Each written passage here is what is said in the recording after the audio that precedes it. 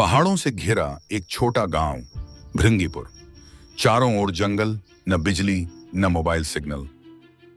रात में सिर्फ जुगनुओं की रोशनी। यहां रहता था एक गरीब किसान नंदू और उसकी पत्नी जमुना। नंदू के पास धन नहीं था, लेकिन एक अमूल्य चीज थी, उसकी आस्था। हर सुबह वो अपने टूटे फूटे शिवलिंग पर पानी चढ़ाकर कहता, हे भोलेनाथ, धन नहीं है तो तुम हो, बस वही बहुत है। एक दिन रात को जब जोरदार तूफान आया, जमुना ने बाहर एक नवजात शिशु को देखा। ये बच्चा साधारण नहीं हो सकता। शिव अगर चाहे तो खुद आ जाते हैं। उन्होंने उसका नाम रखा शिवा। धीरे धीरे बच्चा बड़ा हुआ और फिर शुरू हुई चमत्कारों की एक श्रृंखला। सूखी जमीन पर फसल, बीमार लोग स्वस्थ, गाय दूध देने लगी, बाघ इंसान के सामने झुकने लगा। गांव वाले चौंक पड़े। ये तो कोई आम बच्चा नहीं, ये तो स्वयं भगवान है।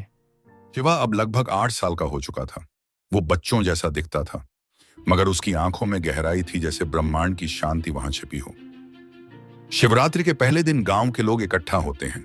सूखा पड़ा है, फसल नहीं हुई, सबका मन भारा। इस बार सब मिलकर शिवरात्रि मनाएंगे और हमारे शिवा को भी साथ लाएंगे। शिवा को मंदिर में लाया गया। AUM नमः शिवाय। तभी अचानक उसकी आवाज गूंजने लगती है, जैसे आकाश फट पड़े। मंदिर के अंदर की शिवलिंग से तेज प्रकाश निकलता है। फूल झरने लगते हैं, हवा रुक जाती है, घंटियां बजती हैं। किसी ने उन्हें छुआ नहीं था। लोग अवाक। जहां आस्था है वहां मैं हूं। दुख में याद करोगे तो मैं आ जाऊंगा। शिवा, क्या तू भगवान है? शिवा मुस्कुराता है, उसकी जटाएं खुलने लगती हैं, तीसरा नेत्र दिखने लगता है। बच्चे के शरीर में मानो काल महाकाल उतर आता है और अचानक सब अंधकार में डूब जाता है। जब लोग घर लाए उसे, सुबह उठकर देखते हैं, शिवा गायब। सिर्फ एक रुद्राक्ष और एक पत्ते पर लिखा था, मैं था, हूं और रहूंगा, नमः शिवाय। शिवा के अचानक गायब हो जाने से गांव में हड़कंप मच गया। कोई बच्चा ऐसे भगवान बन सकता है क्या? ये अफवाह है। अगर शिव आते तो गरीब के घर क्यों, ब्राह्मण के घर नहीं? वो आया था, यही उसका प्रमाण है। धीरे धीरे गांव में आस्था कम होने लगी। मंदिर सूना पड़ा। ये शिवा का चमत्कार मनगढ़ंत है। मैं नया मंदिर बनवाऊंगा। वो ईश्वर था, उसने हमें चोट से बचाया। हमें उसकी यादें चाहिए। को ससापी तकिब काई पोस्य को खाए।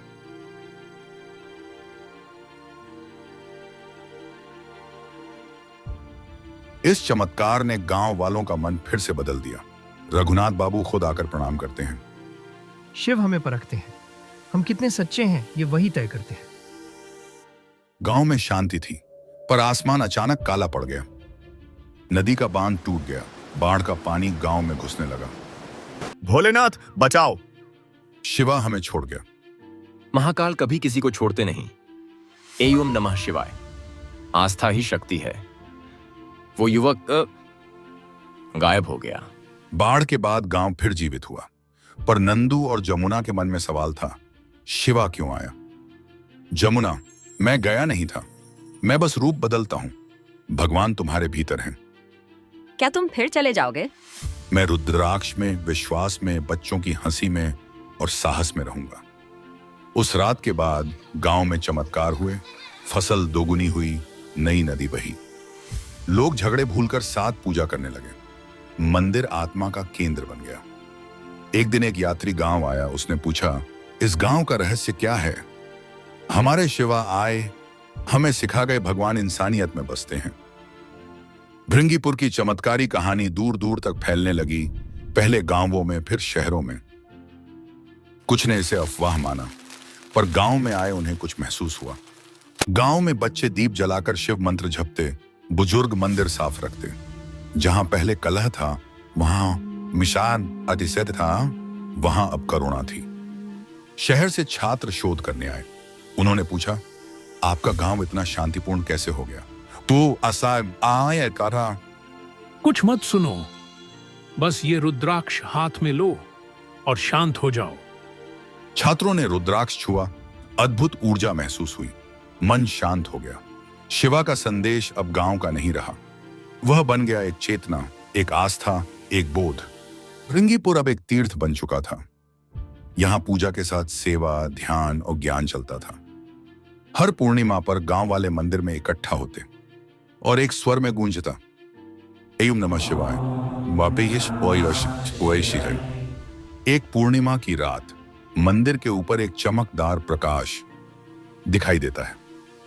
पूरी ती थरथरा उठती है। रुद्राक्ष अपने आप घूमने लगता है। मैं फिर आऊंगा जब दुनिया विश्वास खो देगी, जब भक्ति व्यापार बन जाएगी, जब बच्चों की आंखों से मुस्कान छिन जाएगी, पति, जब मंदिर राजनीति का मंच बन जाएगा, तब मैं लौटूंगा। शिवा बनकर नहीं, बल्कि एक जागृत मानव बनकर, जो याद दिलाएगा ईश्वर मानव में ही है। ये वादा किसी धर्म का नहीं, सत्य, ये मानवता की चेतावनी है। शिव की भविष्यवाणी ने भृंगीपुर से दूर एक शहर के युवक के दिल को छू लिया। उसका नाम था रुद्र। वो आधुनिक सोच वाला था, पढ़ा लिखा, लेकिन मन में खालीपन था। इतना सब जानने के बाद भी शांति क्यों नहीं है? अगर भगवान है तो क्या कहां?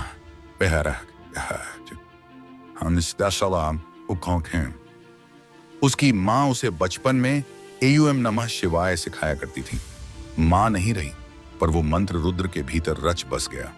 एक दिन मां की याद में वह भृंगीपुर चला गया, सिर्फ उस रुद्राक्ष को छूने।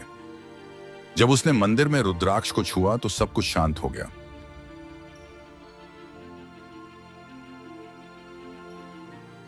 रुद्र शहर लौटा, झुग्गी में बच्चों को पढ़ाने लगा, जहां स्कूल नहीं था, बिना पैसों के, लेकिन मुस्कान के साथ। एक दिन किसी ने उससे पूछा, तुम कौन हो? मैं तो बस एक शिव भक्त जो जान गया है कि भगवान मंदिर में नहीं, मानवता की आंखों में है। रुद्र का काम आंदोलन बन चुका था। वो बस करते, लोग खींचते थे। युवा सोचते, रुद्र हमारे जैसा, पर इतनी शांति क्यों? मैंने पहचान नहीं, अनुभव को चुना है। डॉक्टर हो या अफसर, संवेदना नहीं तो व्यर्थ है। धीरे धीरे ये विचार घुले। युवक ने बुजुर्ग महिला की मदद की। एक उद्योगपति ने गरीब छात्र को स्कॉलरशिप दी। स्कूलों में बच्चे सीखते, व्यवहार ही तुम्हारी असली पहचान है। अगर शिव पाना है, मत पूछो धर्म, पूछो क्या तुम रोते हो तो मैं साथ हूं, क्योंकि शिव पहचान में नहीं, आत्मा में रहते हैं। भृंगीपुर की चिंगारी बनी पाठशाला, मंदिरों का संदेश। नया युग शुरू होता है।